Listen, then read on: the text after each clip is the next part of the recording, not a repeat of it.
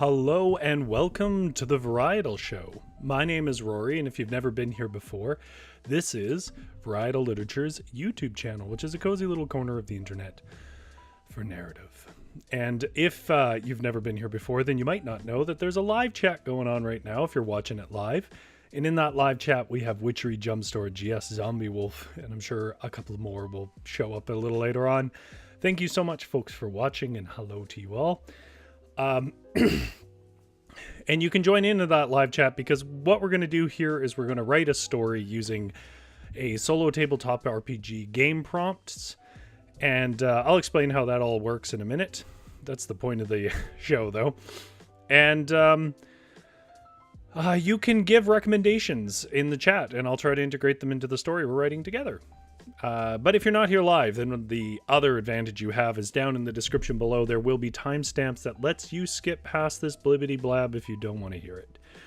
If you don't care about the structure of the game and its rules, there will be a timestamp down there that takes you right to when we start writing. If you don't care about any of that, you just want to know what we come up with, there will be a timestamp down there for that. So if you're watching it live, come and join us in the live chat. If you're not, then you have that option, and if you just want to lurk, that's just fine. Hello, all my lurkers. So, what are we doing tonight? We're doing a weird one. We're doing one that's a little crunchier on the rules than normal, which means I'm actually probably going to explain it less than usual, which we'll see how that goes. But it also means I don't want to spend too much time on my intro because I got a lot to explain. So, Witchery says, made it this week. Well, that's great, Witchery. We did miss you last week. I hope whatever it was you were up to was fun, or at least took something off your plate. And Zombie Wolf's talking about an anime I've never heard of, but that's okay. The chat needn't be catered to me. Let's take a look at this game, and let me explain one of the stranger games I've found. This part of the show is called litgames. It stands for literature games, and what that means is games that involve writing. This is a write-along. The primary thing we're going to do is a write. But what we do to sort of facilitate that, give some structure to it, new ideas and challenges to our writing, is we play a variety of independent solo tabletop RPGs, lyric games, journaling games, solo journaling games, so on and so forth. Usually the kind of stuff you see on itch.io or itch.io. It's sort of independent little games that give us prompts. And the one that we're playing tonight is called Necromancer Heretic. Oh yeah, let me show you. Necromancer Heretic. It is actually on the more melancholic and tragic side, which normally we do silly stuff, so I'll see how the chat responds to this. This might just be me writing, who knows. That does happen sometimes. It has very pretty art, all done by hand, very obviously. And I'm gonna read you the lore introduction to it, and then I'm gonna talk to you briefly about the rules. But since we mostly use this as a prompt for writing, we're probably not going to impress anyone with our plays on the rules here. But this is a lot more strategic than normal, and I think it is a fun game. I just think that's not always what we focus on the stream. So if you are watching this curious about the game, I will give you a rundown of the rules and how it works. But if you want to see some high level or really clever play, I'm probably not going to be doing that. I'm just not that smart. I'm a writer. I'm not a smart person. A smart person would have a profitable hobby. All right, let me read you the premise to this. You were a void sorcerer under the Solar King. Now, none of this gets clarified, which means it's up to us to interpret what that means. After your tryst with the prince was discovered, you were banished and the prince was executed. In desperation, you've returned to perform an unsanctioned resurrection on the prince. Once the ritual is complete, you plan to escape the kingdom together. Your secret plot was not well kept, and the king has pronounced you a necromancer heretic. Time is running out. The Void Guards are breaking through your barriers, your magical barriers. Can you hold them off and finish the resurrection, or will you join your prince in death? Witchery says, hobbies being profitable is such a capitalistic dream. Yeah, I agree with that. However, I would like to be able to, feed myself. However that happens. It doesn't need to be money. I will take just a better structure of society. All right. Let me tell you about a little bit about the rules of it. So that's the premise of it. We are a necromancer. We're trying to raise our lover, who is the prince who was killed by the king, who was disgusted by our tryst. So to do that, I have to be in roll 20 today, which is, it's been a while since I've been in here. I think the last time I was in here was when we were doing, oh God, like last August or something. Anyways, there's two ways this game ends. Well, there's going to be a third way for this stream. The third way this game ends is that I have a hard out, so at some point I will just have to leave. So we'll see how far we get that far. But the one way that the game ends is you take 10 points of damage, and therefore you die and you lose. The next thing you get is you can win is by getting 5 points. So those are the two goals that we can satisfy to create an ending. Obviously, the goal is to get points, and then we resurrect our prince and we get free. Okay. By the way, what do you folks think a Solar King's prince should look like? I want you guys to start thinking about the world of this game, if you could. So the way this game works is you have a supply of cards, which I've already dealt out here, but I'm going to flip them. You know what these cards are. You start with 5 cards. We have a King of Hearts, a 3 of Hearts, a Queen of Hearts, a 10 of Diamonds, and a 4 of Diamonds. Okay. So our supply are cards that we can play, and there's 2 ways that those cards can be used. One is that we can just use their value. We can place a card in our hand because we are effectively playing Blackjack. Our goal, one of the main goals, is to hit 21. When we hit 21, we get a point. Witchery says, Rory's barely resisting our commentary on late-stage capitalism. I mean, I'm right there with you. I also want to play the game. Oh, Tammy, it's good to see you. I was wondering about you. So the way the game works is that the suit of the card, clubs, diamonds, spades, or hearts, carry special abilities. And I'm not going to read them all out right now. I agree, Jump Store. If the Solar King's Prince should have glowing skin, that'd be great. So for example, clubs, if we basically use a club at a certain phase of play, so it says prepare phase. There's 2 phases. There's prepare and cast. And then I guess there's the third phase, which is resolving everything. You add the card face down onto any hand, and it counts as a 10 or ace. Your choice may change its value at any time. Any hand means one of the 3 guards' hands or your own. And the advantage to the guards' hands is by putting down a 10, you could make the bust, basically, be above 21. So the suits of the cards in our supply have special abilities, but we can also just use their value. And so with that in mind, it's basically a multi-handed version of a game of Blackjack. So in the prepare phase, we can do up to 2 actions. You may do the same action twice. Your action choices are add 1 card from your supply onto your hand or onto one of the guards' hands. Use a club or diamonds cards from your supply for its special ability, which we just read one of those. Then on the cast phase, we add a card from the deck onto each guard's hand that is currently below 17. Then you may add a card from the deck onto your hand. Fully resolve each break. Break means going over 21 and they get destroyed. Or 21 means we get a point.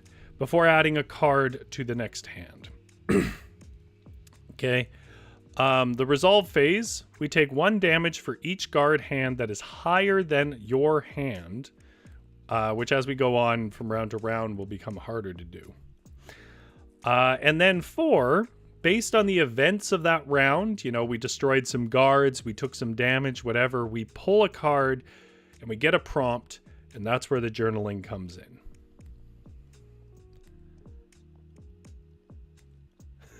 Witchery doesn't know how to play blackjack. Okay. The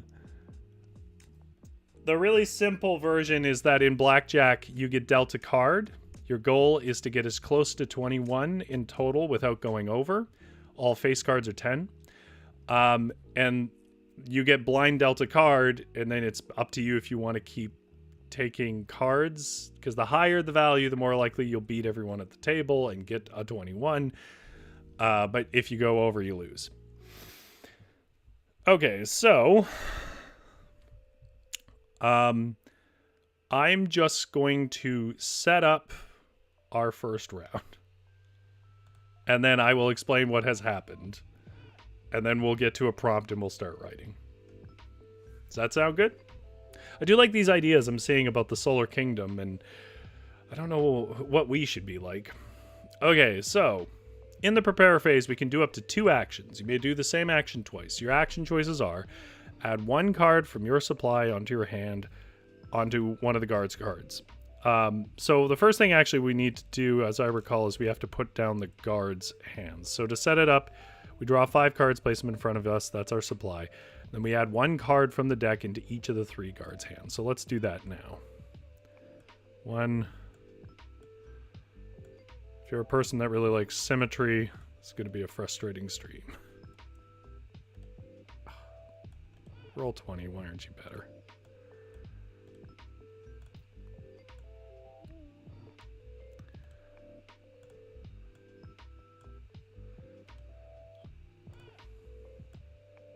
Okay. So our guards' starting positions are a 7, a 4, and a 10. It's a king, but that counts as a 10 in this game.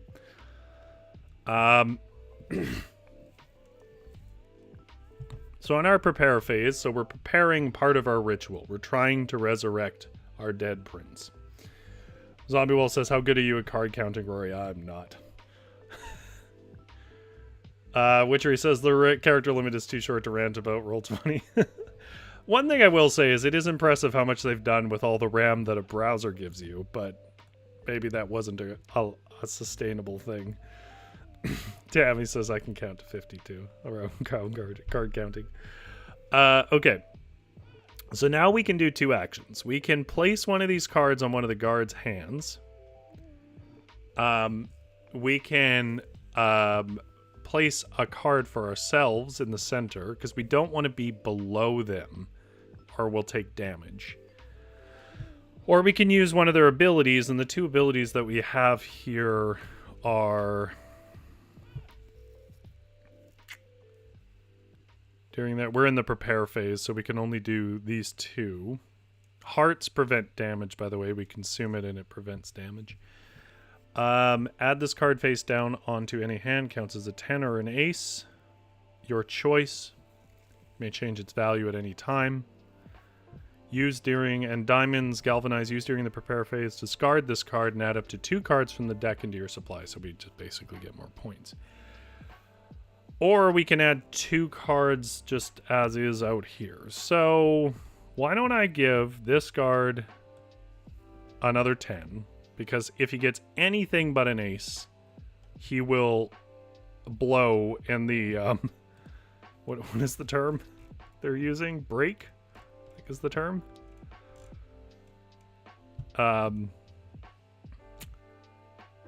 Yeah, break. He will break in the cast phase, because everyone gets a card in the cast phase. So that's one of our actions in the prepare phase. And then, yeah, I don't know. Why don't we give ourselves a 10?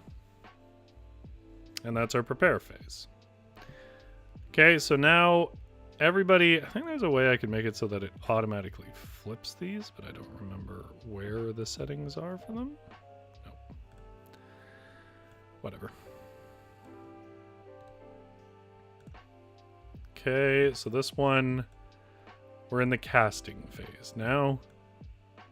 Whoops.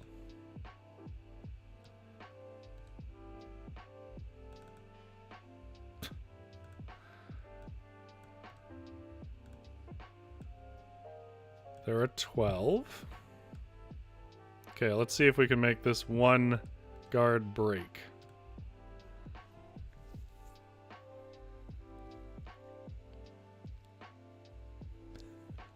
Yeah, I understand that, Jump Store. Yes, good. Okay, so this breaks. So we'll resolve that right now. And the way that is supposed to work is you're supposed to have physical cards, right? And you're supposed to, you know, take those 3 cards when something breaks, shuffle them, and put one of the cards at random back into your supply. Or you can take 1 harm and pick what card goes back in your supply. But since I don't really have a way to shuffle 3 cards in Roll20 here, and I don't have a way to videotape my hands with real cards, I'm going to ask chat. We have a 3 of diamonds, a king of diamonds, and a king of hearts. Which one do I get to keep? Which 2 do I discard? And while you do that, I'm going to flip this one. Okay, we're at 13. Which actually I think means we beat these 2, because this is 12 and this is 12.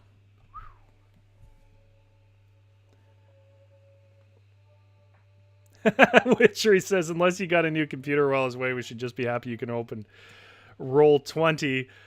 You are correct. I don't know if you can hear it, but the fans are blasting on this old babe.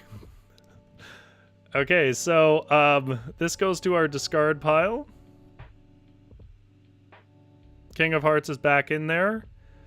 We have a 13, they have a 12, they have a 12. What this means is we gain no points, but we gained no harm, and that puts us into a certain table.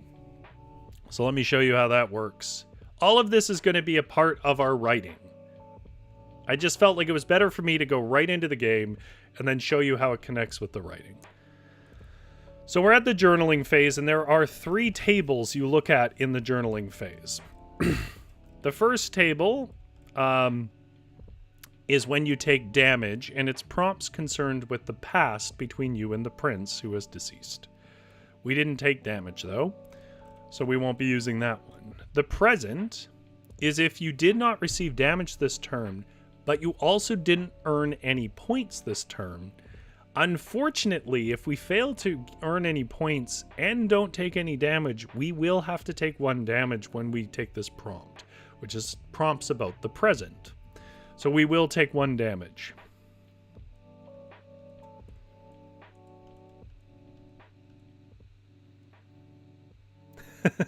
I think you might have a point there, Jumpstore. Your comment's fine, but I think if I read it out loud, it'll probably flag me in some algorithm, so I'm not going to, just because it has buzzwords that YouTube doesn't like.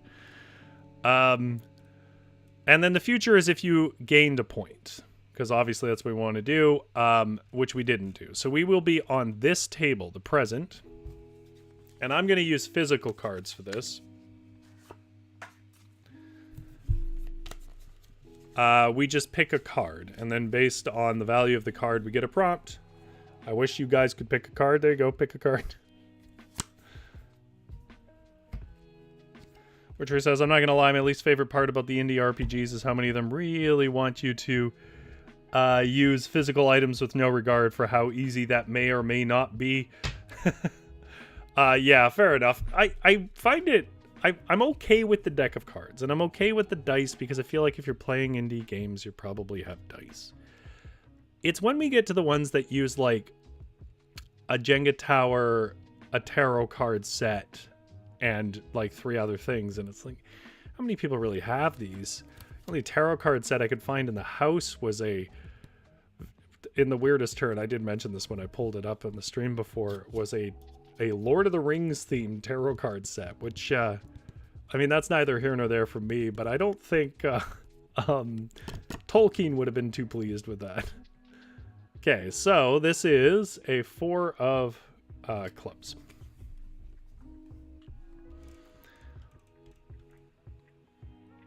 So So a 4, you hear the guards outside cursing your name. How do you respond? All right. Now I have a goal, personal goal here that I'm not going to succeed in because I've set this goal before. To be a little more focused and a little less florid in my writing here, and try to be a little more impressionistic and tonally about how I write this. Because I feel like it's a very atmospheric game, and I have a tendency to over-describe and do too much staging and stuff in my writing. And so we're going to try to be a little more emotion-centric, a little more poetic. So our prompt is they're cursing our name. We have the dead. Yeah, exactly, Zombie Wolf. It's not even me making a commentary one way or another on it. I just know that he was a hardcore Catholic, and they're not a big fan of anything they perceive to be the occult. So it was a weird thing for me to see. But it is a pretty card set. Witchery says the Jenga sets can F off. I do like the idea that he has glowing skin. Oh, I'm going to regret asking this chat this question. But how was he executed? Like, was he beheaded? Not going to do anything too gruesome, so don't get too excited. But I think that's the first thing we have to resolve. Janera! Janera says, came to say hi. We'll definitely be watching this later.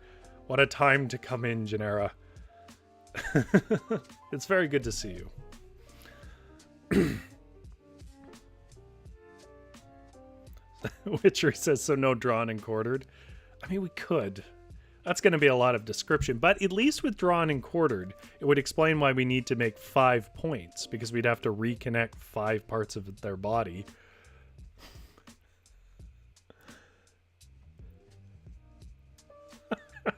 Okay, well, I guess there's 2 votes for quartering.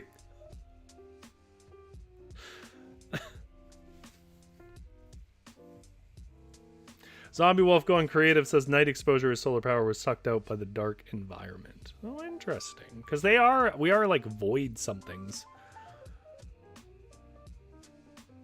I do like that. I'm trying to think of how to contextualize that for a reader who doesn't have the benefit of this chat.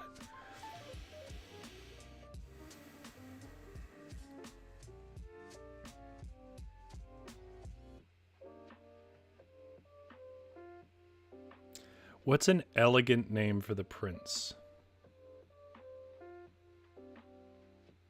Jumpstora says, I keep seeing really adorable tarot cards, really wanting to buy them, but religious upbringing makes me wonder if I'd be committing blasphemy. Well, that's for everybody to decide on their own. Obviously, you got to go with where your heart matters. But what I will say is that tarot cards did not start as a mystical thing. And you may not even know this, but you probably do, because you guys all have all the factoids.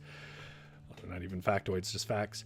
But for example, this style of deck of cards was used for future prediction in the form of solitaire,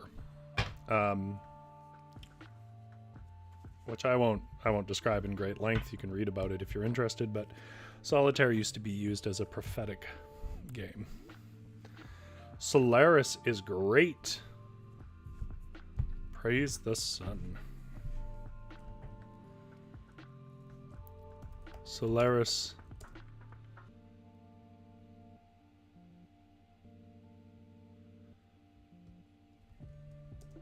Was a dim lantern.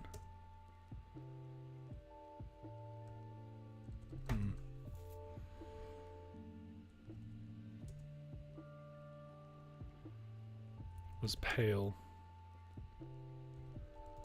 on the obsidian slab.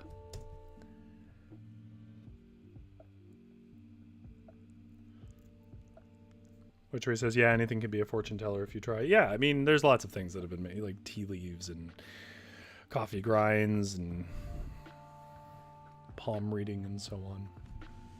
I should say I don't really believe in any of it, but I guess I can see the reasoning there, right? Like, if you do believe that there are patterns in the world and they produce certain outcomes, then anything that could produce a pattern that you could interpret, I could see seeing that as indicative of a future. Like, I understand the reasoning that gets you there, even if I don't believe in it. It's pale on the obsidian slab.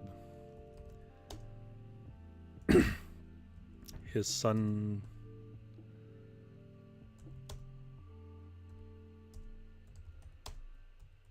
was dim and nearly black.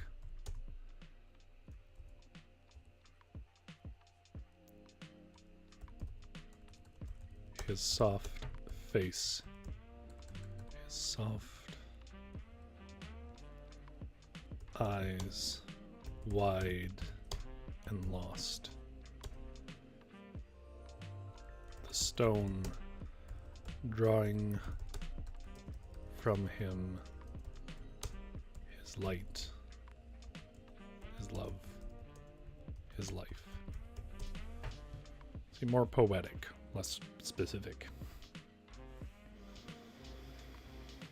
Witchery says, tarot are often used to arrange your own thoughts, using them as prompts, not necessarily actual fortune telling to be that real and possible. Yeah, exactly. I mean, it's just people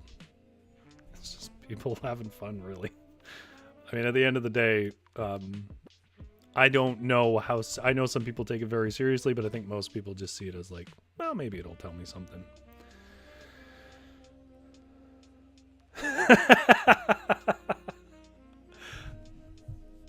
I feel like, Jumpstore, that might be... that might have a history, honestly.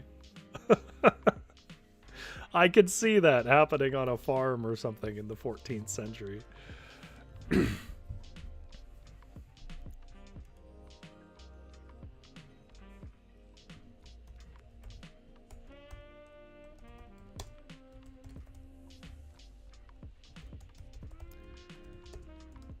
Son of the Solar King.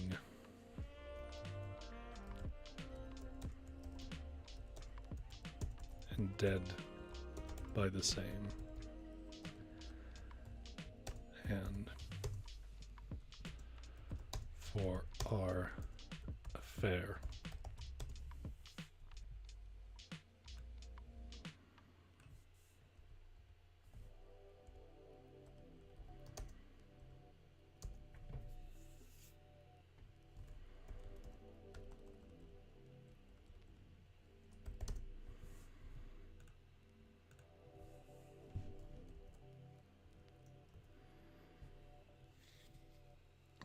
Jumpstore says, funny you mentioned a farm, considering I grew up in a rural farming area.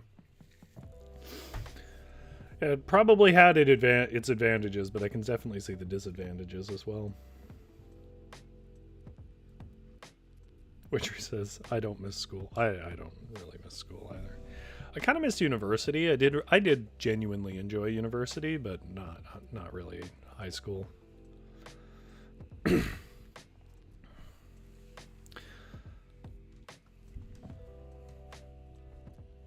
I was not.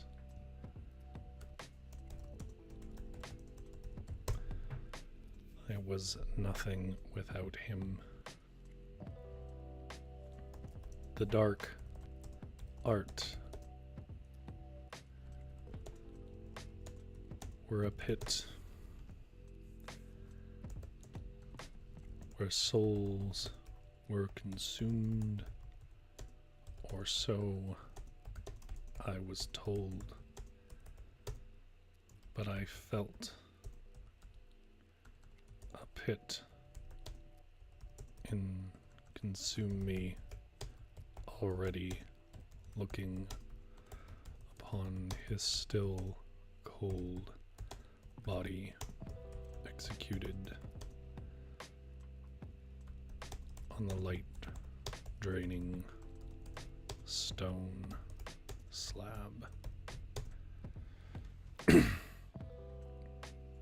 I would resurrect him at the cost of anything.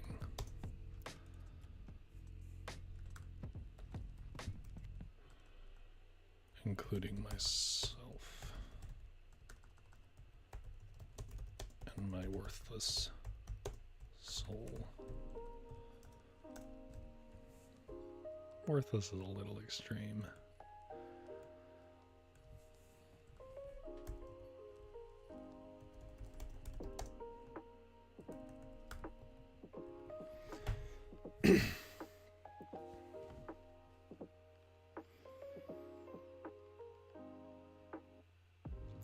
Witcher says, if I could focus on anything for more than a whole day, I could go for some uni, or at least hover around like a problem listening to lectures. I think you know if you're gonna like university. I mean, the first thing I'll say is, in general, I think it's a lot harder than most people think it's gonna be from the outside. Like, some of the things people say about it, like, make it sound like it's a real cakewalk, and it really isn't. But it is for a certain type of person. And if you're not that kind of person, then it's probably not worth it.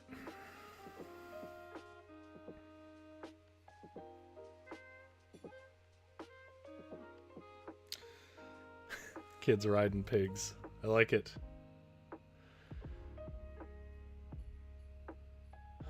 Witcher says, I just want lecture. Well, the good news is there's a lot of open education now. If you just want to watch lectures, a lot of larger universities, especially private ones, have made some of their more famous courses just free. You can easily go and watch it and see if it holds your interest.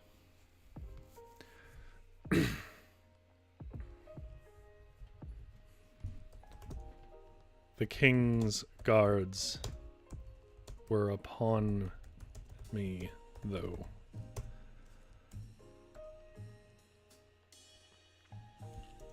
I had hardly swaddled dear Solaris into my arms before their curses echoed from the winding stairs of this tall tower.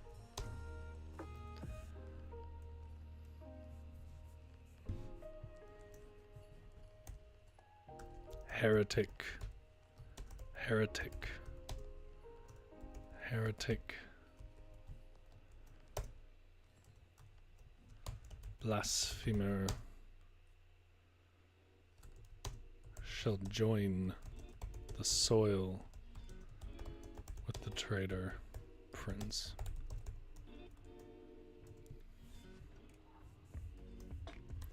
Blood on the sword is the only grace I grant.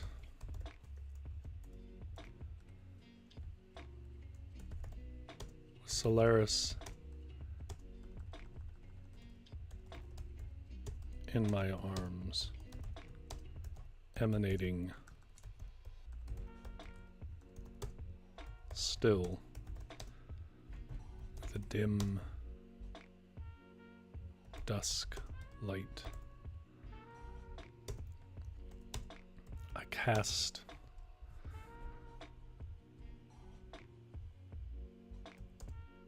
a black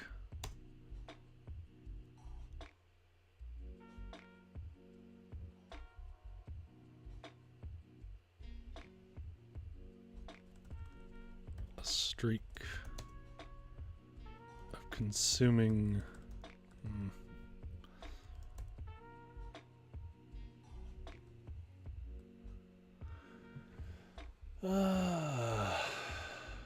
how do you describe a void priest of magic?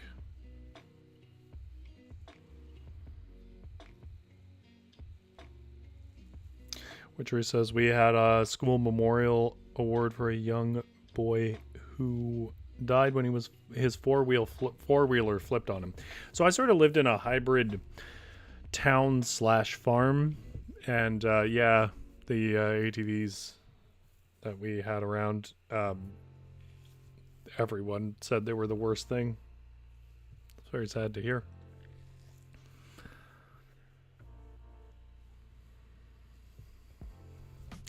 How would you describe a sort of streak of negative energy, I suppose, chat? Like, we're a void priest, and we're casting it at the guards as they come through the hatch of the tower, destroying one of the guards. Because in our gameplay, we destroyed one of the guards. So I'm reflecting that here.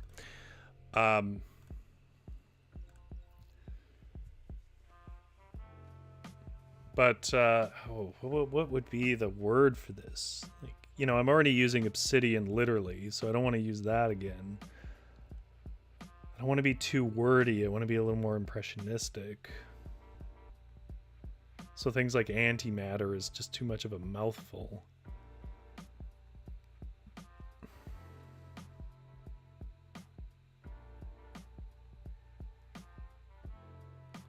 Maybe null? A bolt of dark lightning is good, yeah. GS says anti-lightning. Zombie Wolf says demon fire. Unrelated to this conversation, just Zombie Wolf likes the demon fire. No, I'm kidding.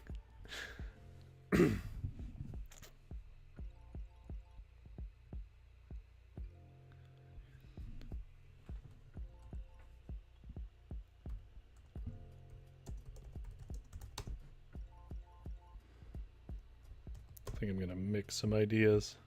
Yeah, I don't need to explain literally what it is. No, you're correct.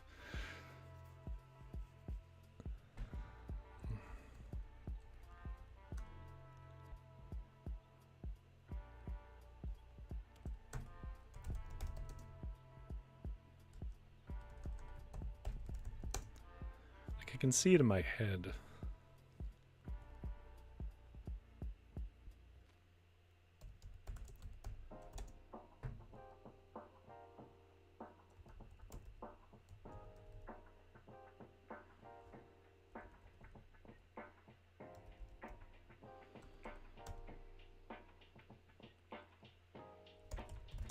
I think I might just be overthinking it. Zombie Wolf says Roy knows me so well and gives a little demon head. Jagged lines, Jumpstore. Yes, a jagged is better than crooked. Cast a jagged fork. Yeah, but yeah, jagged beam. Because fork can have double meaning. And she says ecto bolt. That's a cool term. I cast a jagged beam of black lightning.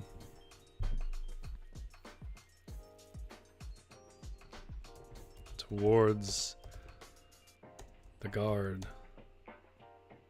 Stepping through the hatch.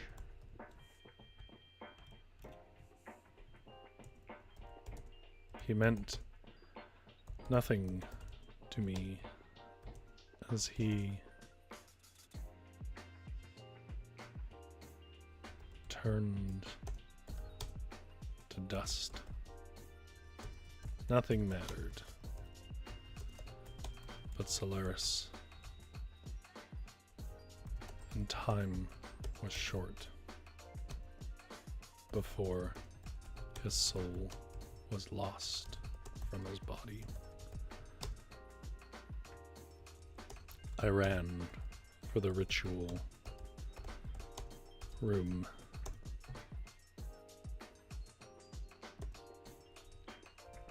The guards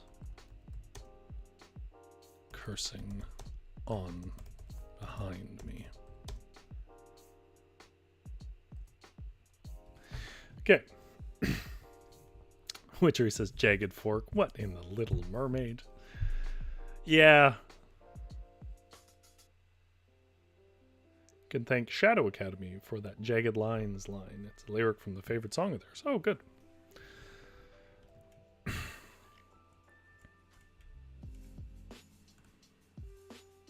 Okay, so this is the one thing I was a little confused on, but as far as I understand it, we leave our hand up.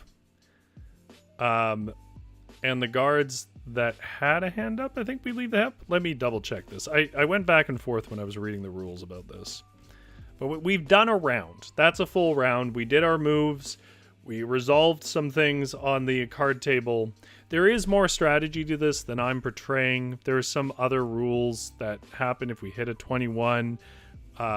We can score... if we hit exactly a 21 in the cast phase, which is where we're just putting down a random card, not only do we get points, we also prevent any damage received in the later phase, and so on and so forth.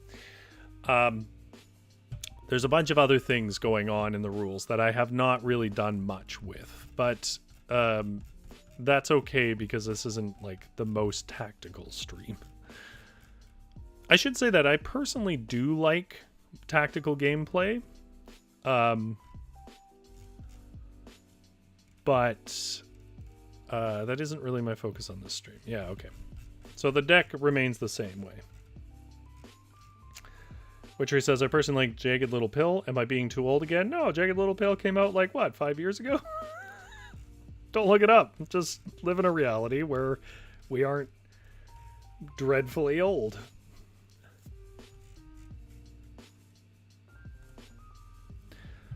And then there's somebody who's like, you're not old. This is old. We're all old. We're all old. We're forever old. Okay. So that means we get 2 actions right now. We have our supply of cards here. We can put a sub-card down on any of these. And I believe you can just put one down and force a break. I didn't need to know Witchery. I said it was 5 years ago. I'm not actually upset. I'm just kidding.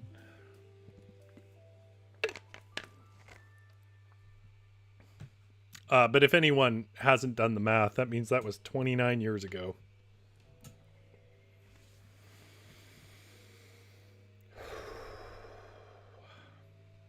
Witchery says, I mean, it has a 5 in it. Yeah, because it's 2000. I'm going to high school. And that was 5 years ago. And Led Zeppelin was at their peak 30 years ago. And I don't need anyone to correct me. Okay. So yeah, basically, I'm not keen to get rid of our hearts, but we have 3 hearts because the hearts can prevent damage.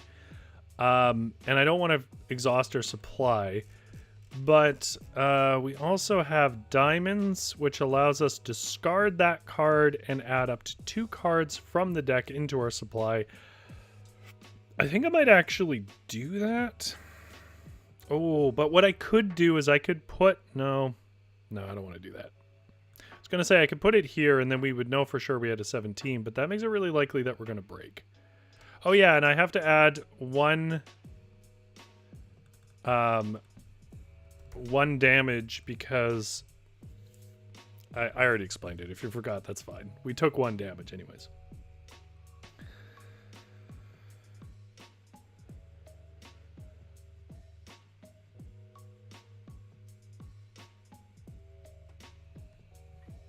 Okay. So I'm tossing that one and then I'm pulling 2 more cards out because I want more options in my deck right now. So we got a club, queen,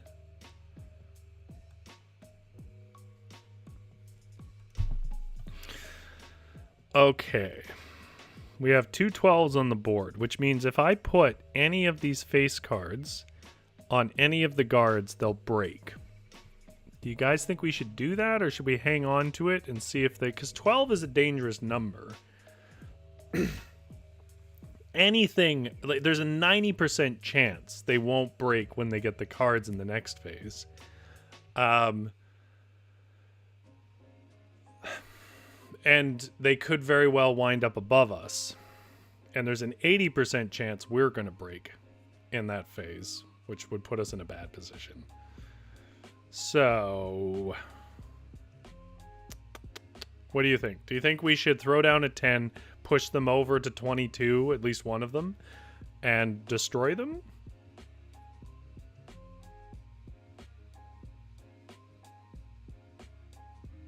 for those who are into the tactical side of the game. If you're just waiting for the story, then don't worry, I will get back to it. The more I play this, the more I like it. When I was playing it earlier today, trying to like learn the rules, wasn't really doing any journaling with it. I wasn't sure how I felt about it, and it was a lot to wrap my head around too. Witchery says, destruction. Okay, do we want to take out the west or the north guard then? Annihilation, Zombie Wolf says with a demon face and fire. Like I said, demon fire. It's just a zombie wolf thing. We're going to take out West Boy or North Boy. We could take them both out. That would consume both our actions this turn, and the guards would all reset. Do you want to go Scorched Earth? I mean, to some extent, this is a role-playing game. So do you feel like Solaris is going to do something as uncautious as throw 2 cards away to destroy them? Or do you want to go with North or West? GS says West.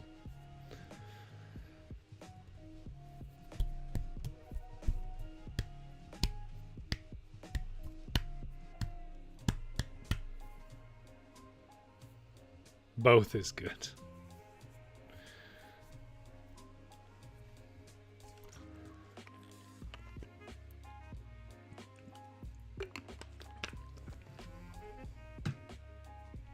All right, let's be careless.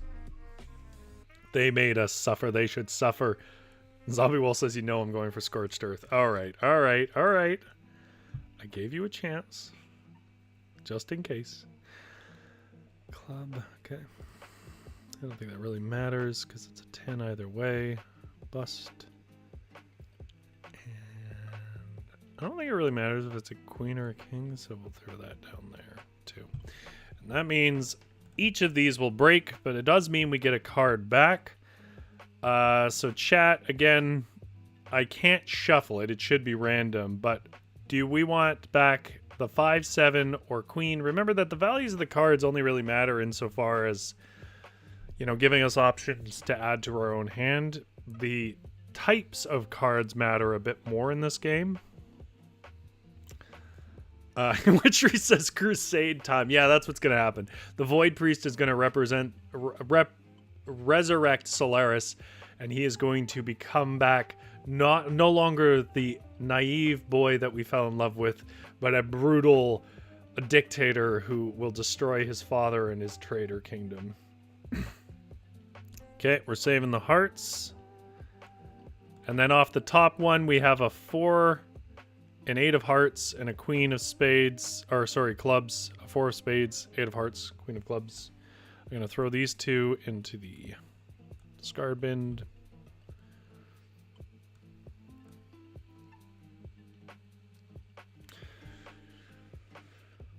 Which one was the spade again? Use during the card just added to either a guard hand or your hand and replace it with this card. This ability cannot trigger Nox Blessing. I see. During the cast phase, discard the card just added to either a guard hand or your hand and replace it with this card. So actually, a low spade is a good one. Okay. There we go.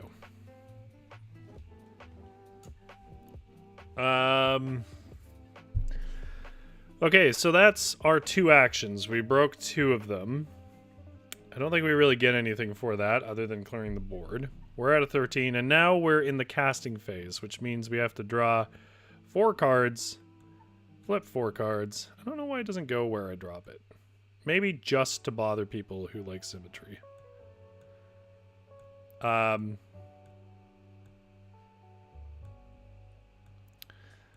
So let's see what happens.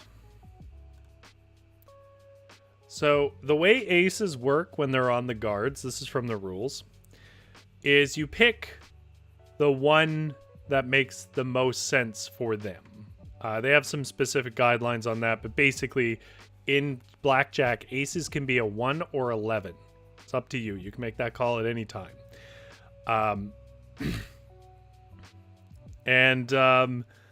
An ace or 11 I mean, I gotta say it. Where's my aces at?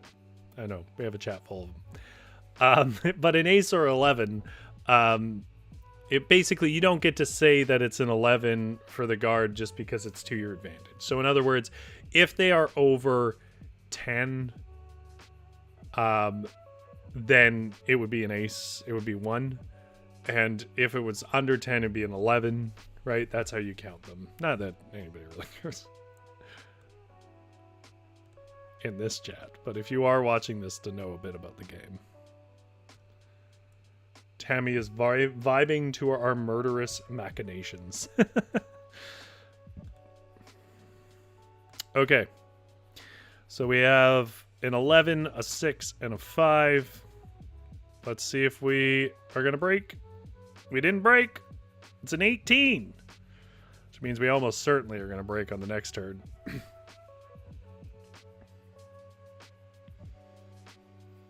Tammy says, you all are great to listen to. Love it. I'm really looking forward to the story when Rory reads back with his fun voices. This might be on the bleaker side of the voices. But that means we still haven't gotten a point. However,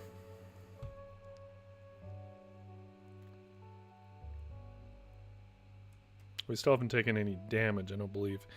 At any time, you may take 1 damage to add 1 card to your deck to your supply. I didn't know that. I missed that rule. Maybe I did know that, actually, now that I think about it.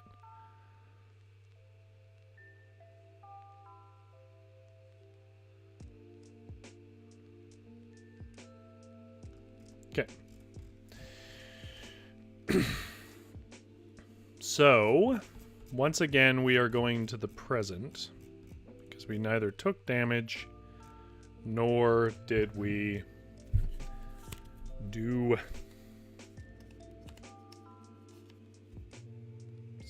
3. Nor did we gain a point. 3. Where have you chosen to perform the ritual? What makes it unusual? Chat, this is key you. This is a sort of space, somewhat sci-fi, somewhat fantasy, sort of dreamscapey game. I said we were sort of in a tower where there was a block of obsidian where he was laid and it sucked his sun life out.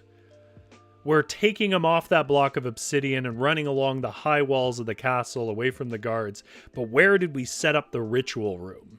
What does it look like in this wondrous, splendiferous castle of the Solar King? Zombie Wolf says, I saw bloodletting and instantly thought of Warhammer line, blood for the blood god. I'm playing a sort of major boss fight in my D&D game that I DM where they're fighting Baal. I'd mentioned this before, the Lord of Murder. And there's a lot of like blood themed stuff in the maps and so on because of the nature of the fight. And there's been a lot of blood for the blood god from the table, yeah. Tammy says it's okay, Rory. The meds help. Well, the meds might help you come up with cosmic rooms, too, if you feel so inclined.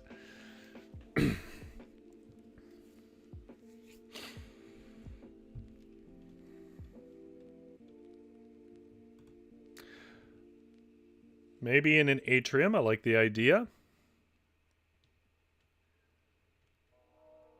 Okay. I think I can blend those two, actually. Witchery says, in an atrium, and then Zombie Will said, Crystal Cave atop the highest mountain where the sunlight reaches its peak at noon. I like that a lot. And I think I can combine the two and say that we had sort of formed the atrium in a crystal mountain.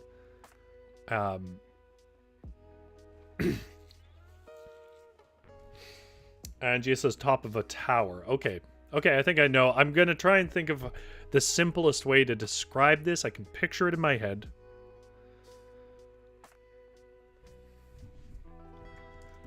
I found strength to carry him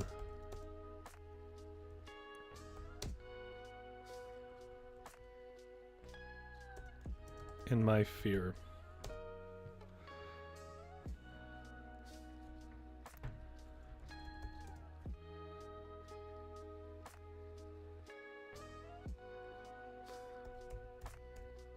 The radiant bolts.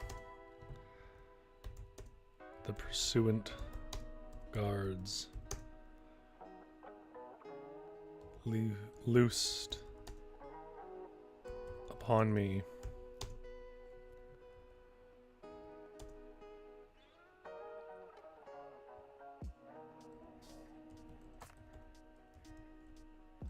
Sinking with sun's heat into my flesh meant little.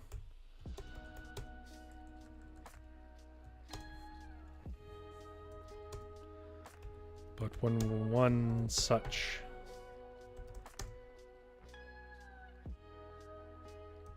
brushed across Solaris's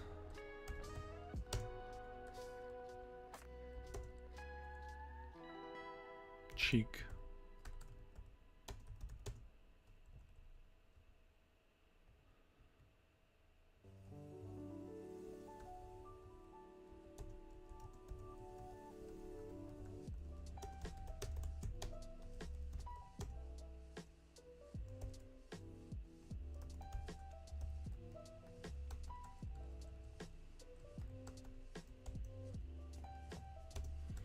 sorry, I'm quiet because I'm trying to construct this. One bolt brushed across Solaris's cheek, drawing a cold drop of scarlet down his dimming flesh. I found rage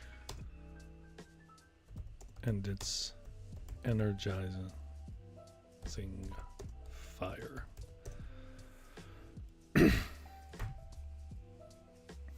Got that car lifting terrified. Parent strength, Witchery says. Absolutely. Zombie Wolf says, that reminds me, Jumpstore, does our protagonist have a name? I can't recall. They do not.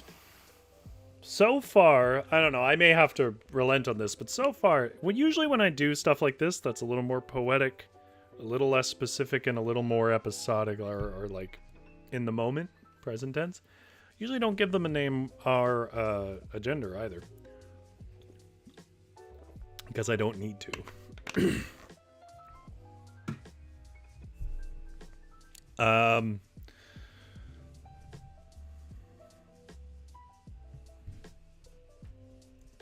I was all he had, and I could not fail this charge. My legs were weak no more. Upon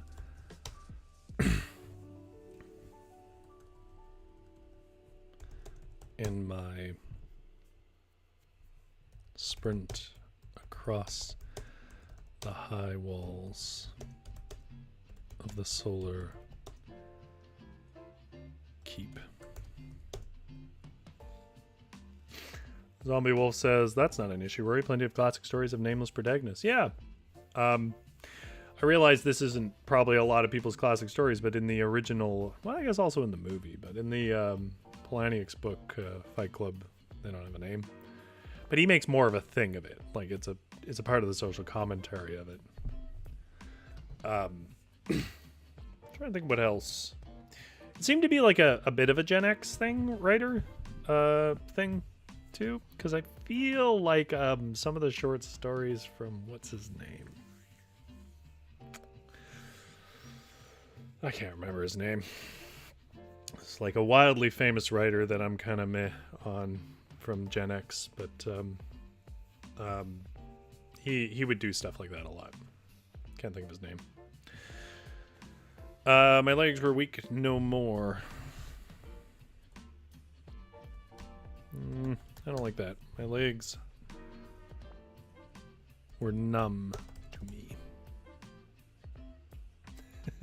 Witchery says, Gen X feeling forgotten? Say it isn't so. Yeah, in the movie Fight Club, he doesn't have a name either. Yeah, he kind of informally in the script, if I recall, has the name that he uses when he's like self-referencing, but it's not Jack, but it's not his name. It's a part of that thing. Edgar Allan Poe did it a lot. That's true, he did. Yeah, it doesn't even need to be a statement or significant. It's just, if you as a writer, which you should, don't want to waste words, you don't want to waste sentences, you don't want to waste your reader's time, you wouldn't put in things you don't need. And if it's a first-person story where you're not really conversing with anybody, then why would you? It doesn't matter. Unless that's a part of the dynamic you're trying to establish, right? Like...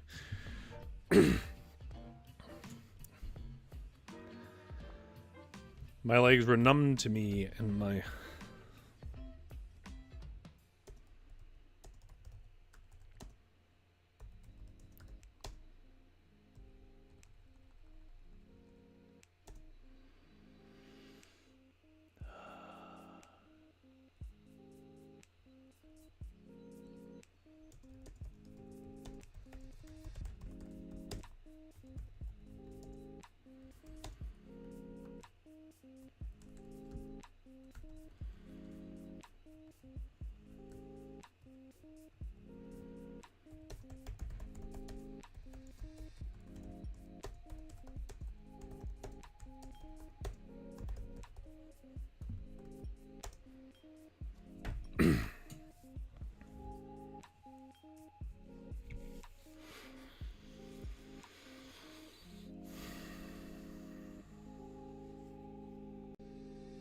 Jumpstart says maybe the protagonist refers to themselves in the third person a lot, kind of like Rebecca vibes, if anybody is familiar with that story. Is it called Rebecca? You know how bad I am with names. I'm curious, I'll check. Rebecca is a 1938 Gothic novel written by English author Daphne du Maurier. The novel depicts an unnamed young woman who impetuously marries a wealthy widower before... Well, I won't spoil it, I guess. Oh, this sounds familiar. But the question is it because that premise has been used many different ways? Or is it because I have read it? Is it a good story, Jumpstore? Is it like good moody gothic, or is it really long and dragged out gothic? Because there's kind of two types. Which says there was a movie a couple of years ago. Yeah, maybe.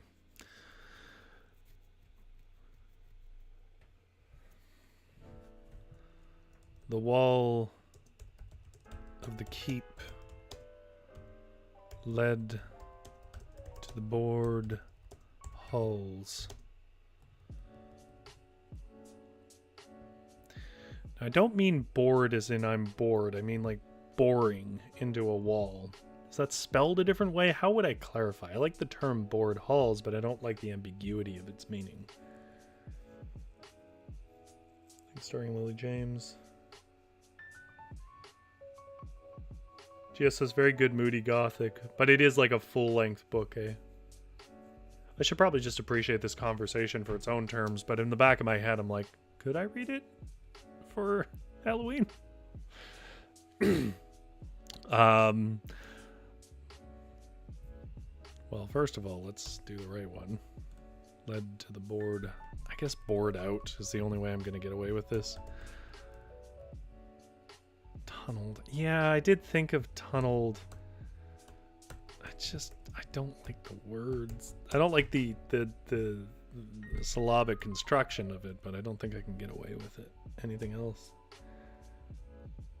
Jumpstore says it's good, but yeah, Rebecca herself has a habit of letting full-on scenarios play out in her head to the point that she acts them out, and even her husband asks her if she's okay.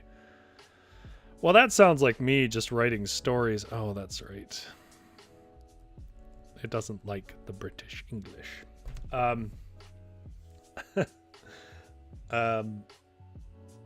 That's just me writing stories. Like, honestly, I will like put on headphones. Music is a big part of that.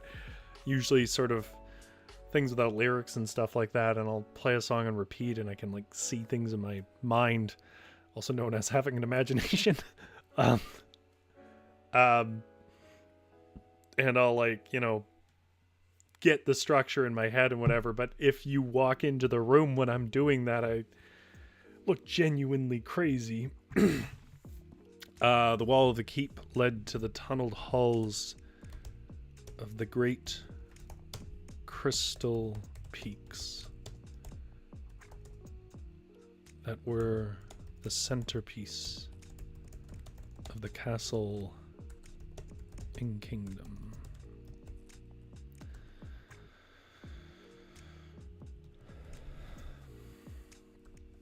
Fine. What, you don't like the word centerpiece? Oh, it wants me to put the object on there.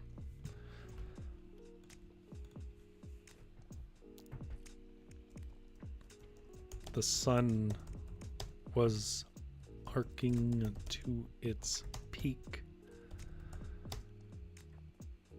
Too many peaks. To its apex in the noon sky. The walls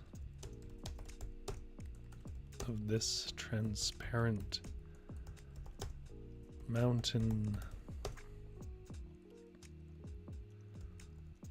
were blinding.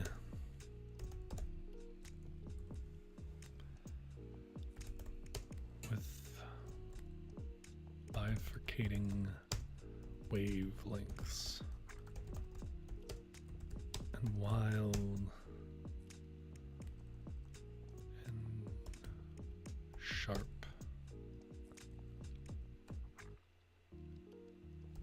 Every color the sun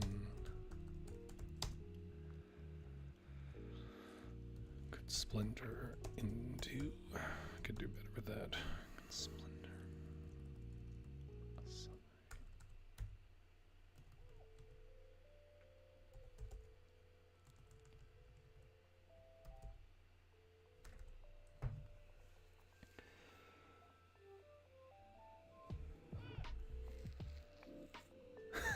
Some store says, but back then, Rory, women weren't allowed to have imaginations. You are correct.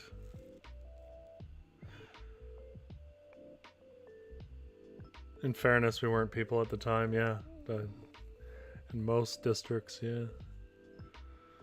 Zombie Wolf says, I don't know if I'm people now, Witchery. Legally you are, and that's what counts. Yeah, exactly.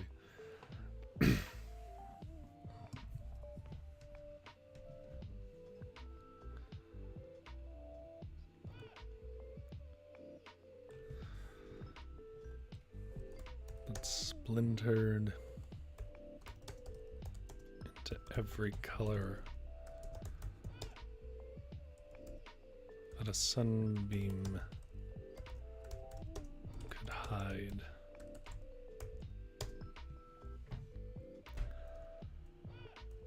A prism tunnel, blinding and beautiful.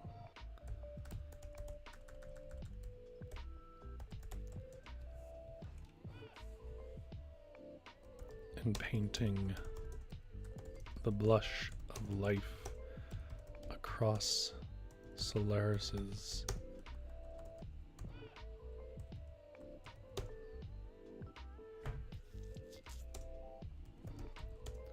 still body, reminding me briefly hallucinations that he was well.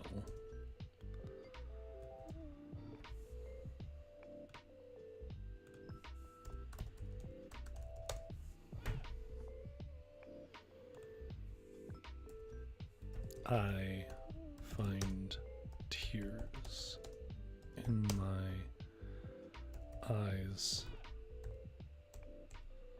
Or sweat. I cannot tell. But I paused too long, wheezing.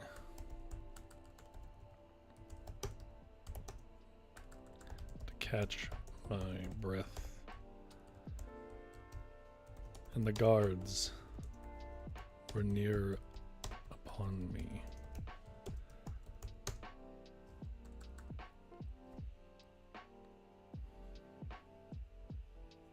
I poured my rage into a spell of null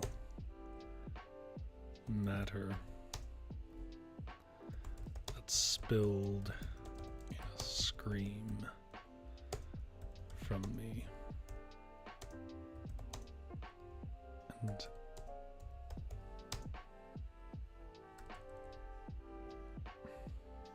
drooled down those crystal flights until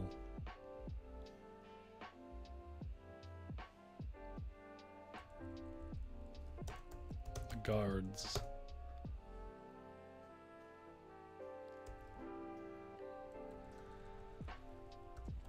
had washed over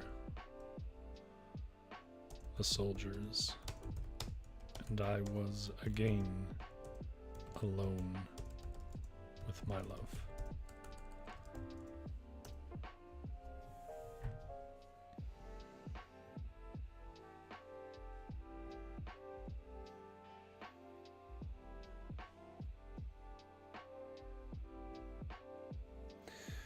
Jumpstart says, I actually first got into Rebecca because a film cow read a few chapters, but he didn't finish the book, so I had to. Oof. Gotta finish the book if you're gonna read it. What was our prompt? It was the 3? Oh, where would we choose to have it? They would keep coming. But up I went to the temple, to the, what was it, atrium of pure crystal I had carved in my nights and days of consuming grief since his slaughter.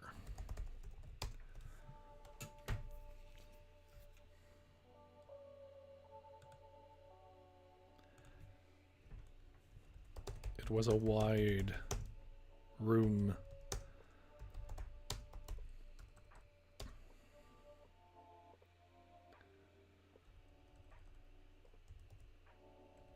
with walls of menacing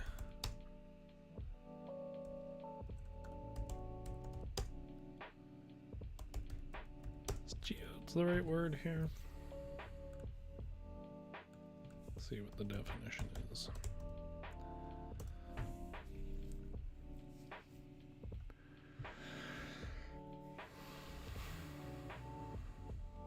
Probably not. Crystal. We'll just stick with crystal. If you guys can think of a better word than crystal for it, like, because all the walls will have crystals, not stalactites, but it's a wide room. It's a wide, perfectly round room. It was a wide, round room. It was a wide room. It was a large room. It was a large, round room. It was a room. It was a wide room. Yeah, they're not, though, stalagmites. That's not what I'm thinking of. I'm thinking of like it would be inside of geodes.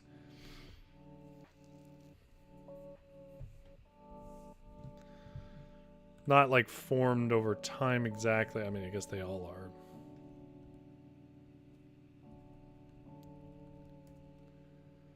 Crystalline structure, yeah.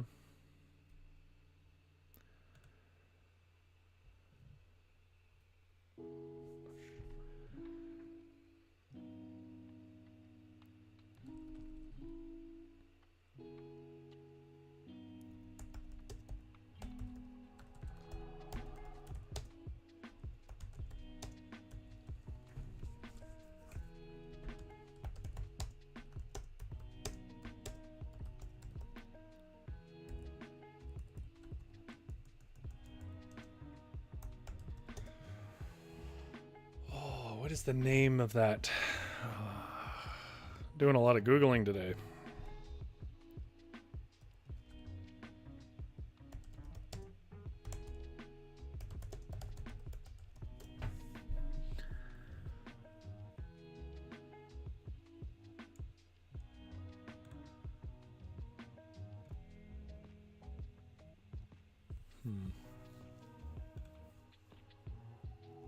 Dome. Yeah, dome is better. It was a wide dome with walls of pure crystal that stood proud as spears from every surface and painted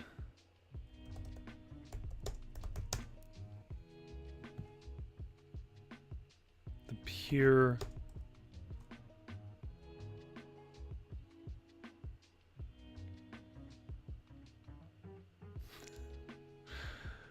pure diamond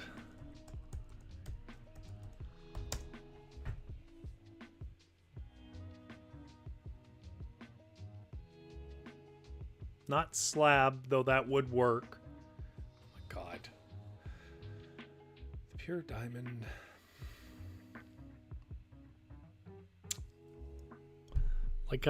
Like an altar. Sure, altar is fine. The pure diamond altar.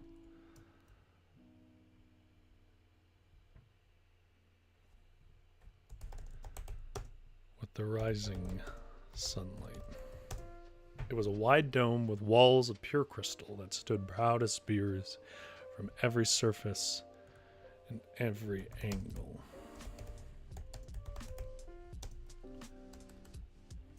Each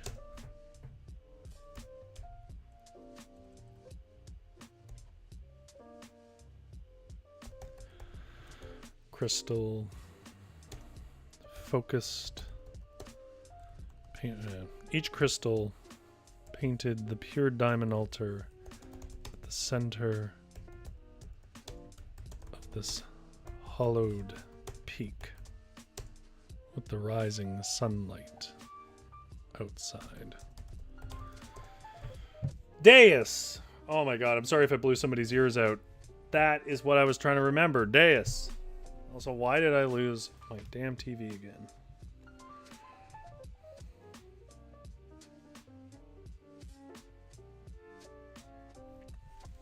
Now, I'm not one to say that Google does a bad job with some of their products, but maybe Chromecast could work a little more consistently.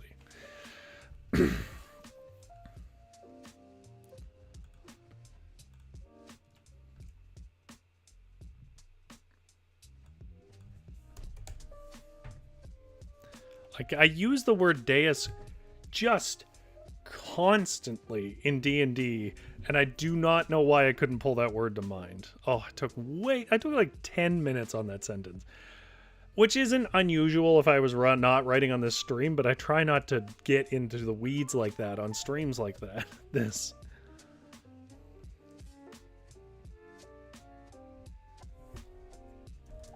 I lay Solaris upon it and began my incantation. Let's add a little spice to that. My dread incantation.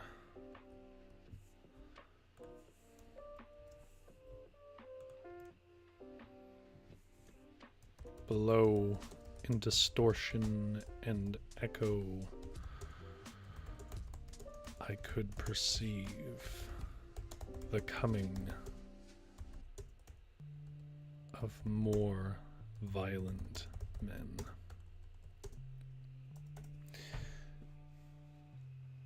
Yeah, I agree, Jumpstore. I mean, normally it doesn't matter too much because, you know, normal writing is done in drafts, but yeah, I try to get the best first draft I can for this stream because the odds are I'm not going to go back to it.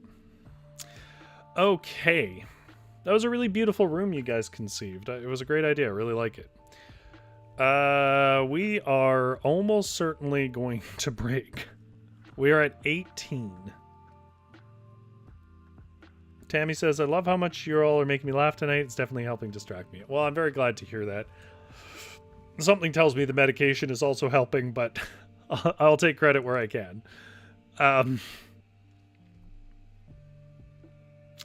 Okay. Well, what do we have? Whoops.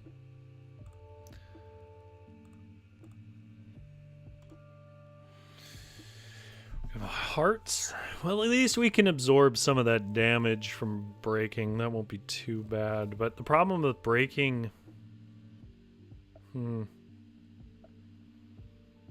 Like, it might even be worth just... Oh, can we force a 21? We might be able to force a 21. Because we can place a card, right? So we're at 18. Do we have anything that makes it... We have a 3. Right? He says on stream, hoping that math is correct. A 3 makes a 21. We can make a 21. We get a point.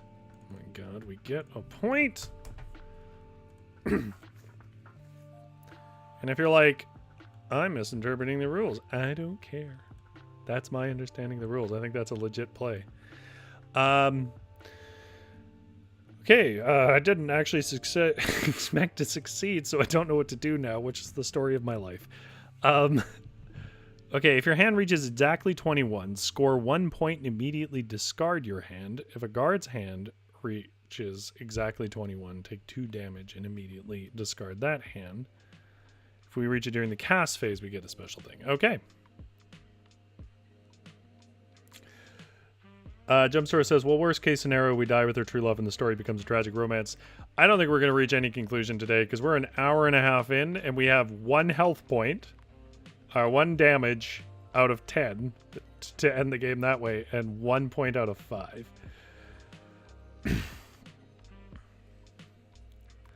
So I think I might just do that thing where I'm probably not going to reach a satisfying end. I apologize. I am enjoying this game more that I'm playing it, though. Like, that's cool. I like that I have some control over the game, but not so much that I feel like I'm just playing a game and not doing a creative enterprise with random prompts. Okay. Do I want to put anything down? I probably should, eh? Let's put... Okay, I got a 4 of spades, Queen of Hearts, a King of Hearts, and a 7 of diamonds. We can put 1 card down here for ourselves to try and boost our total enough that we don't get beat by the guards again. Which I feel like we should do, because I feel like they're all going to get another card. And I think if everyone that's above us is more damage.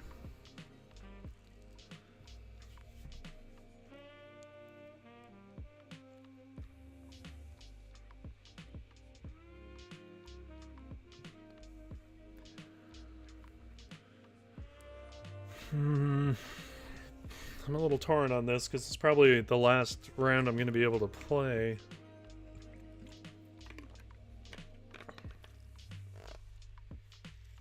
We're talking about Squishmallows. I haven't seen the Seahorse one, but I do have Squishmallows in my house. They're great little things. You know what? I'm going to go with the daring move. I'm going to sacrifice one of my hearts. I'm going to throw down and give us a 10. Okay, that's my 2 moves. Now we deal out cards.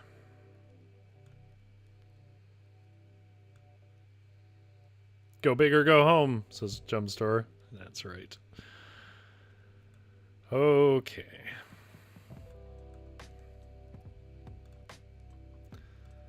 So they're 13.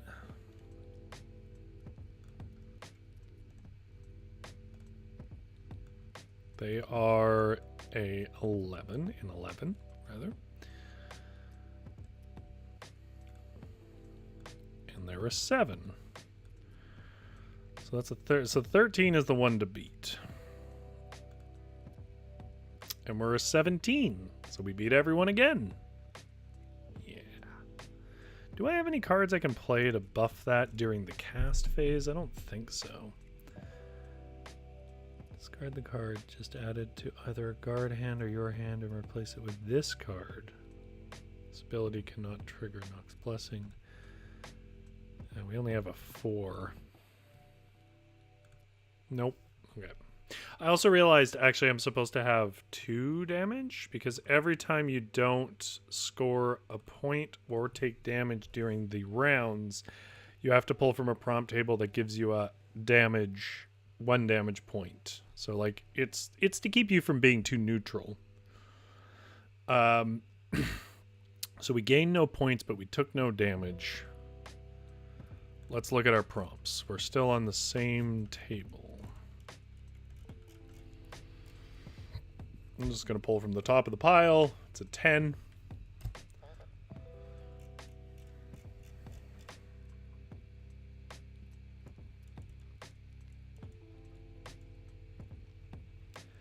In what ways is the magic affecting the temperature and pressure here?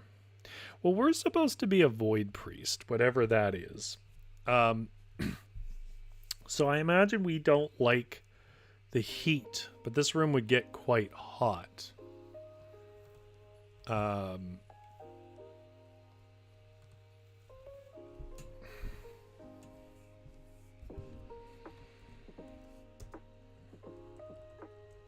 The sun was near its apex, and the points of splintered light drew a focus on his beautiful body. The heat was immense. Would pressure affect a void? I don't know. I think technically no. But let's consider... I don't know why my fan suddenly calmed down. It's making me nervous.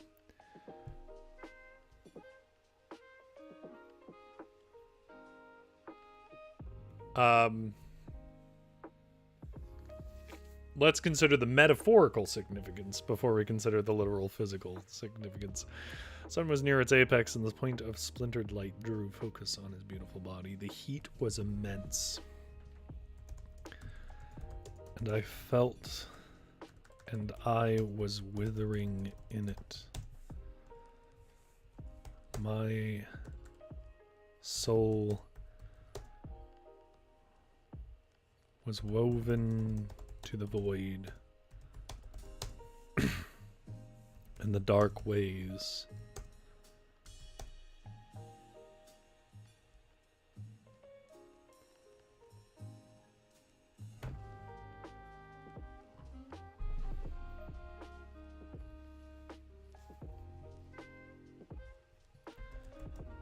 The cosmos.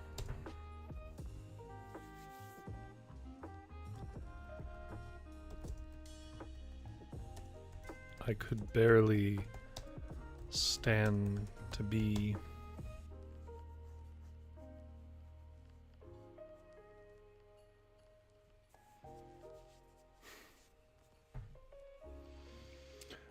Tammy says, Roy, I was thinking if you give away your heart, you will still be as sweet as you are.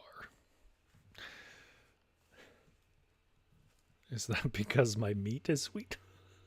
like pork? Am I gonna get cooked? My soul was woven to the void and the dark ways of the cosmos. I could barely stand to be in the daylight, let alone under this lens.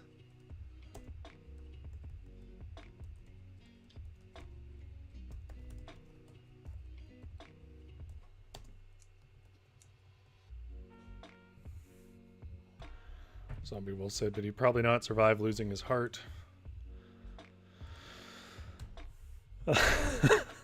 Let's not find out. I could barely stand to be in the daylight, let alone under this mountain's lens. But I sputtered out the incantation from my through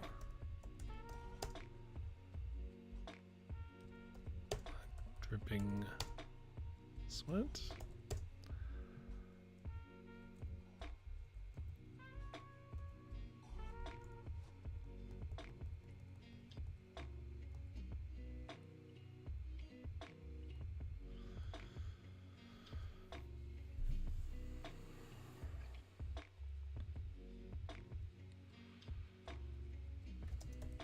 Doing that thing where I'm thinking too much. But I sputtered out the incantation through my dripping sweat.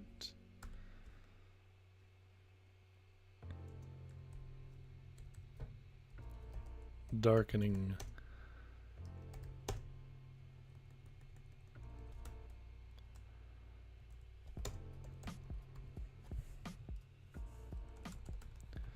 His swaddling binds with my spittle briefly.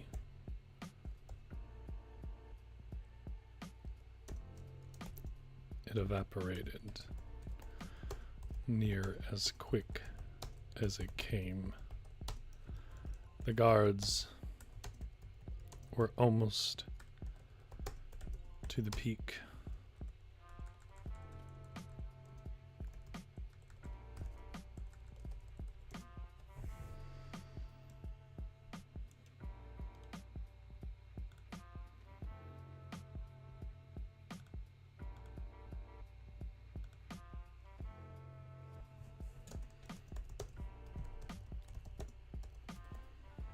Do I need to clarify that it's the heat? No. You can put it together.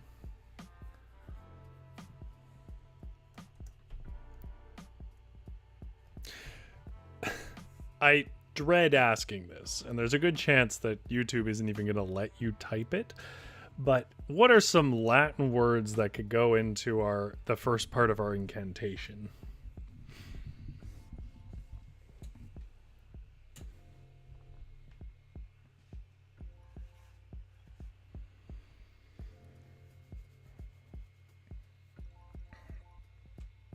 I used to know a bit more Latin, but I've forgotten almost all of it.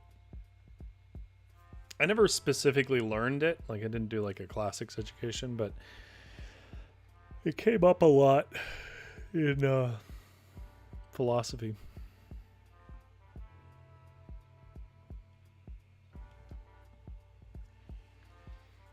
To a lesser extent, psychology as well.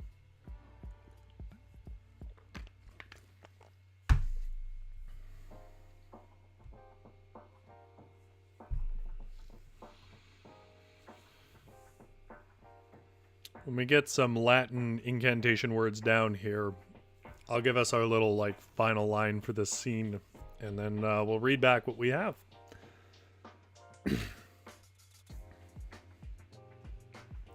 know what this game kind of reminds me of? I realize it's not a very specific or literal connection, but just in its sort of construction of being a classic card game, but with cards that have special abilities. This game reminds me of Balatro.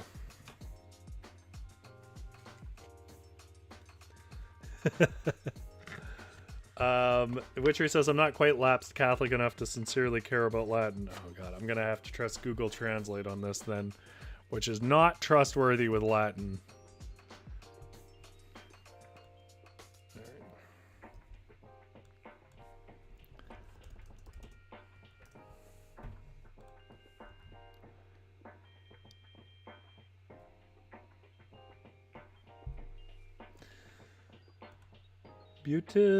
Zombie Wolf says, Butus que locutor indicum vitae curi divni igneus. I don't know what curi is.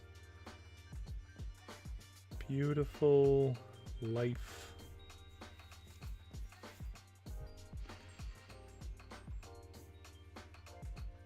Divine fire. I can get that much. I don't know what curi is.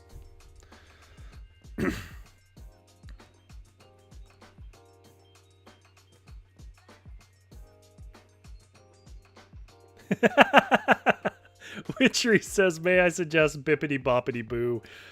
We could redo this as like in the universe of Mary Poppins.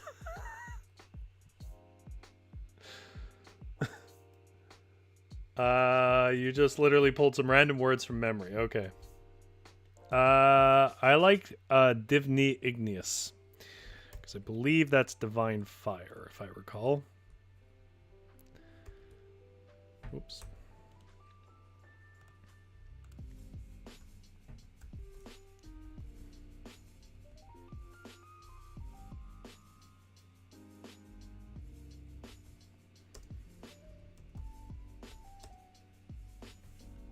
I guess, why don't I check so it... Not that Google is reliable on this. Yeah, Divni Igneous is divine fire. And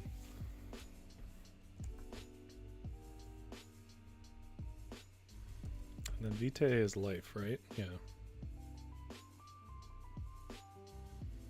Sort of.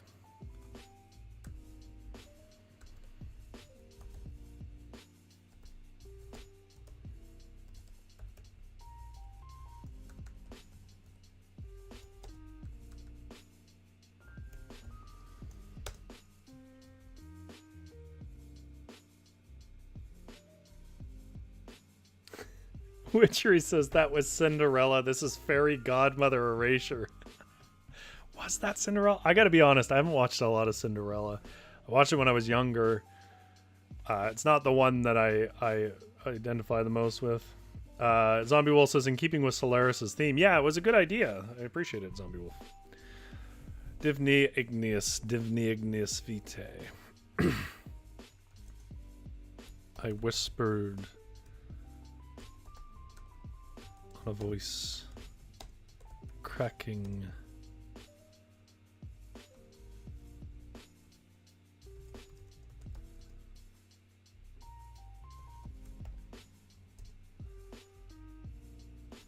In my heart, I pled for his soul to find its way home to mine.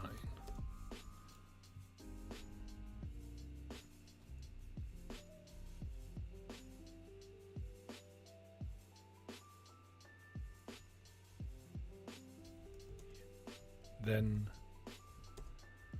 in the light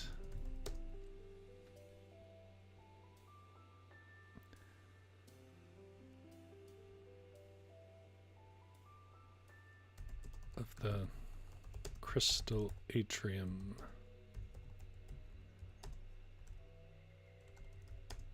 his flesh glimmered a moment at my words.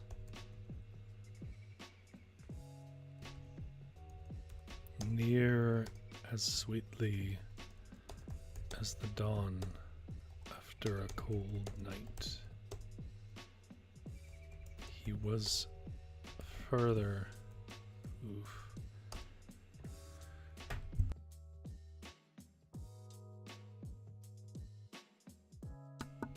Zombie Wolf said, when Rory asked for Latin words, my Sicilian Catholic blood was like, hold my beer. So I actually did think of that. I was like, I'll just go to Google and I'll search it to remember. And then I was like, yeah, but I'm pretty sure Zombie Wolf mentioned they were Catholic and knew a lot about Roman history and stuff. So they probably have some stuff in the back of their mind. And I was not disappointed. I didn't want to call you out, though, because like if you didn't, it would have been awkward. Witchery says, now Salagadula means Machika Buluru, but Thingabob that does the job is Bibbidi Bobbidi Boo. That's right. This is coming back to me slowly. It's been a long time. I think of the like older ones, I remember liking Jungle Book a bit, but I don't know that I really ever had much idea what was going on in these shows. I think I just sort of saw myself in certain characters and then liked that. Like, I remember there was a phase when I was probably like 5 or 6 where I loved not 5 Goes. I did love 5 Goes West, but that's not the one I'm thinking of. I loved Rescuers Down Under. And I still say that that's like a really great animated film, but the reason I liked Rescuers Down Under was because it had this boy who was going on a cool adventure, and in my head, I was that boy, right?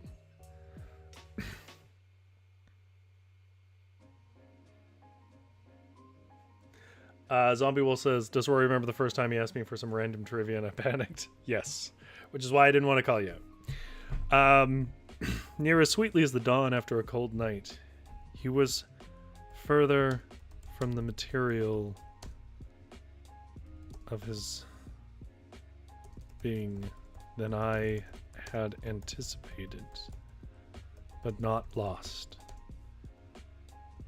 I may yet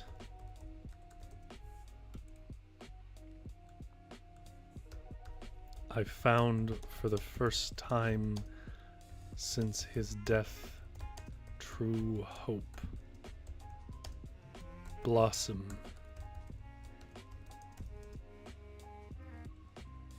into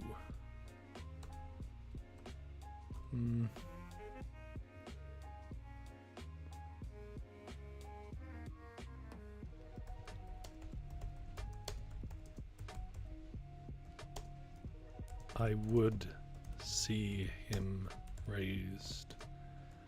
We would recover our love.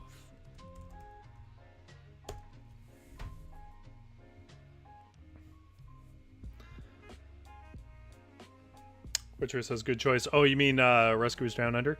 Yeah, I don't know that it's like the most groundbreaking plot of all time, and I don't know that there was a lot of like music that really stood out, but the animation in that was so kinetic. Like, you know, you compare the first, I shouldn't get into this, but you compare the first Rescuers to the second one, and it's the first Rescuer is very like intricate, almost like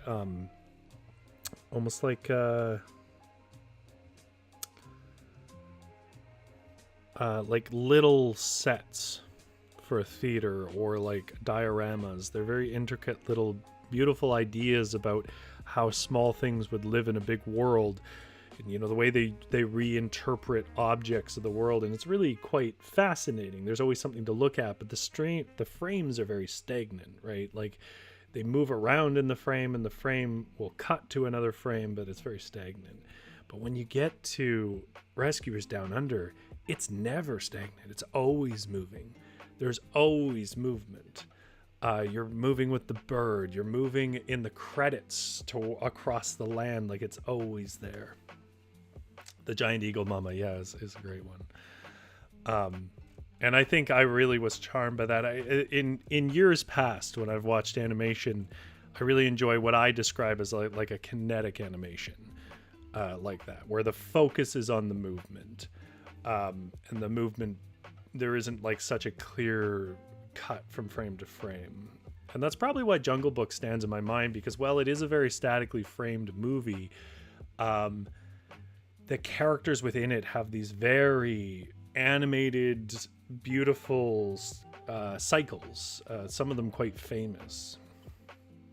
Witcher says, a truly misdrawn animation. I do as well. I mean, who doesn't?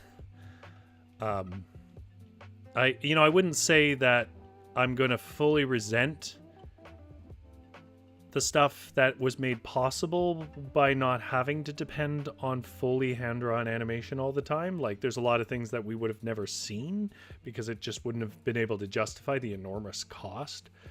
And the worker cost of doing a lot of in-betweening on those old classic stuff is quite high as well. It's not all bad, but I wish there was still a space for that, because hand-drawn animation is so expressive. Anyways, I know not everyone likes Disney, so I don't want to blab too long about Disney. Let's talk about our game.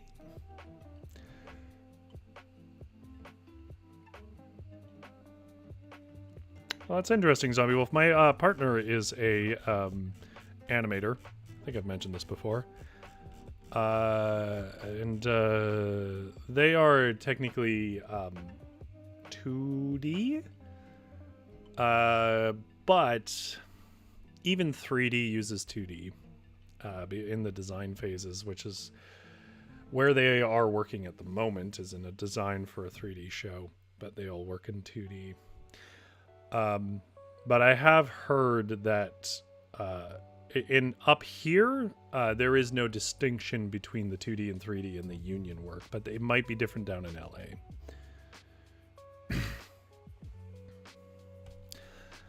Okay. Necromancer Heretic was the name of this game, and we wrote a story. And if you're coming to this part of the stream, it's because you just want to know what that story was. So just to briefly remind you, if you skipped over some stuff, you might be a little lost. Necromancer Heretic sort of defines our world for us, and in this world, we are a lover of the Prince of the Solar King. So the Solar King's son. When we were discovered to be having a tryst with the Prince of the Solar King, the Solar King executed his son and banished me. So we have come back to collect our lover's corpse and try to resurrect them with our dark necromantic powers. So I played this game, which involves a whole sort of Blackjack system where we figure out what happens each round, and then we interpret that into story as well as a prompt. And we wrote a little more dreamy version of prose, a little more serious prose than we normally do. Just to sort of try something different. I would say it's probably more in line with what I do on my own time. And I think... what's a good one? Let's do this. Going to change the music to something a little more suiting.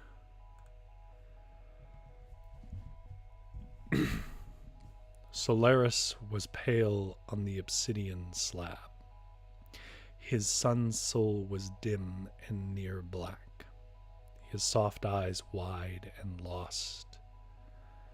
The stone that he lay upon, drawing from him his light, his love, his life. Beautiful Solaris, son of the Solar King, and dead by their hand for our affair. I was nothing without him. The dark arts were a pit where souls were consumed, or so I was told, but I felt a pit consume me already, looking upon my lover's still cold body, executed on the light-draining stone slab before me. I would resurrect him at the cost of anything, including myself and my feathering soul. The king's guards were upon me, though. I had hardly swallowed dear Solaris into my arms before their curses echoed up from the winding stairs of this tall stone tower. Heretic! Heretic! Heretic! Blasphemers shall join the soil with the traitor prince. Blood on the sword is the only grace I'll grant. With Solaris in my arms, emanating still with a dim dusk light, I cast a jagged beam of black lightning toward the guards stepping through the hatch. He meant nothing to me as he turned to dust in my magic. Nothing mattered but Solaris, and time was short before his soul was lost from his body. I ran from them for the ritual room, the guards cursing on behind me. I found the strength to carry my lover in my fear. The radiant bolts of the pursuant guards' crossbows loosed upon me, sinking with the sun's heat into my flesh. But it meant little. I was not the point. It was when one bolt brushed across Solaris's cheek, drawing a drop of scarlet down his dimming flesh, I found rage and its energizing fire. I was all he had, and I could not fail in this charge. My legs were numb to me now. My conviction powered me across the high walls of the solar keep, clenching my swaddled boy tight to my chest. The wall of the keep led to the tunneled halls of the great crystal peaks that were the centerpiece of the castle and indeed the kingdom. The sun was arcing to its apex in the noon sky. The walls of this transparent mountain were blinding with bifurcating wavelengths that splintered into every color that a sunbeam could hide. A prism tunnel, blinding and beautiful, and painting for a moment the false blush of life across Solaris's still body in my arms. Hallucinations that he was again well. I find tears in my eyes, or maybe sweat. I cannot tell, but I paused too long, wheezing to catch my breath, and then the guards were again near upon me. I poured my rage into a spell of null matter that spilled in a scream from me and drooled down those crystal flights, eating the light as it went. It washed over the soldiers, and I was again alone with my love in the chambers of crystal in those high peaks. They would keep coming, though, so up I went to the atrium of pure crystal.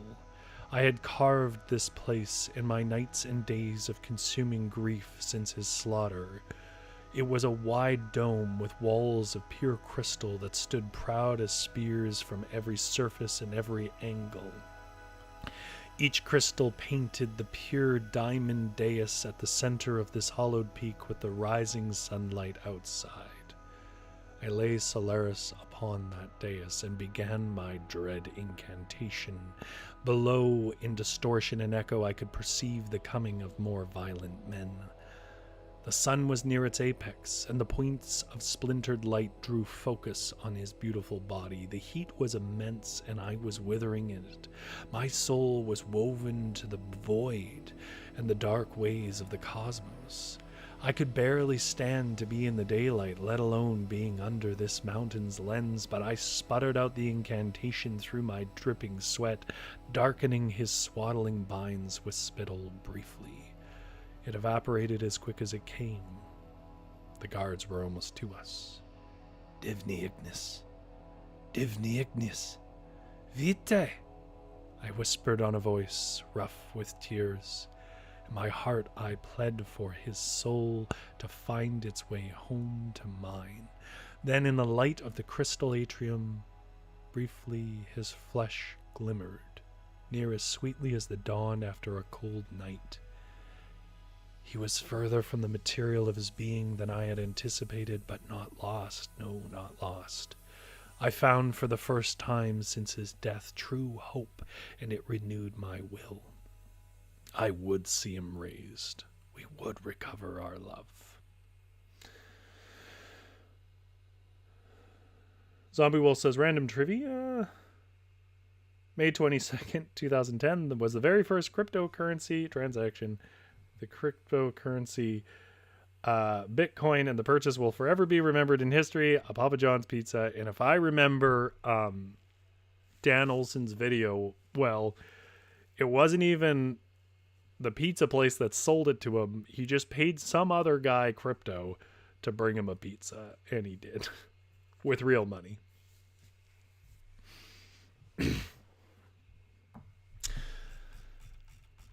I don't know if anybody watches CoffeeZilla.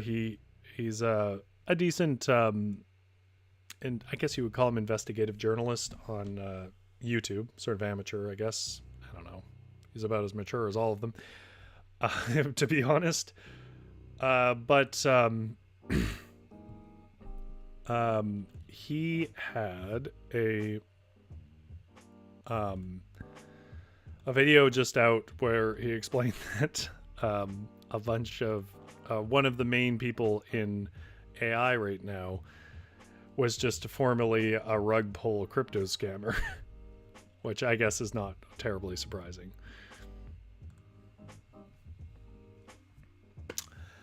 All right. Witchery says, I have a weakness for a video essay. My God, do I ever have a weakness for a video essay. Zombie Wall says, I've heard of CoffeeZilla, but been a while since I saw one of his videos. He doesn't do them too often because he does do significant research to put his videos together, so they come rarely. My go-to folks for video essays is Sean, Shaun, and Dan Olson are Folding Ideas, and FD Signifier.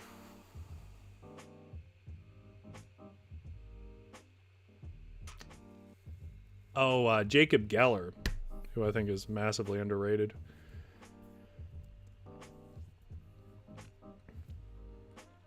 Zombie Wall says, yeah, but that was a very anticlimactic historic moment. It was, but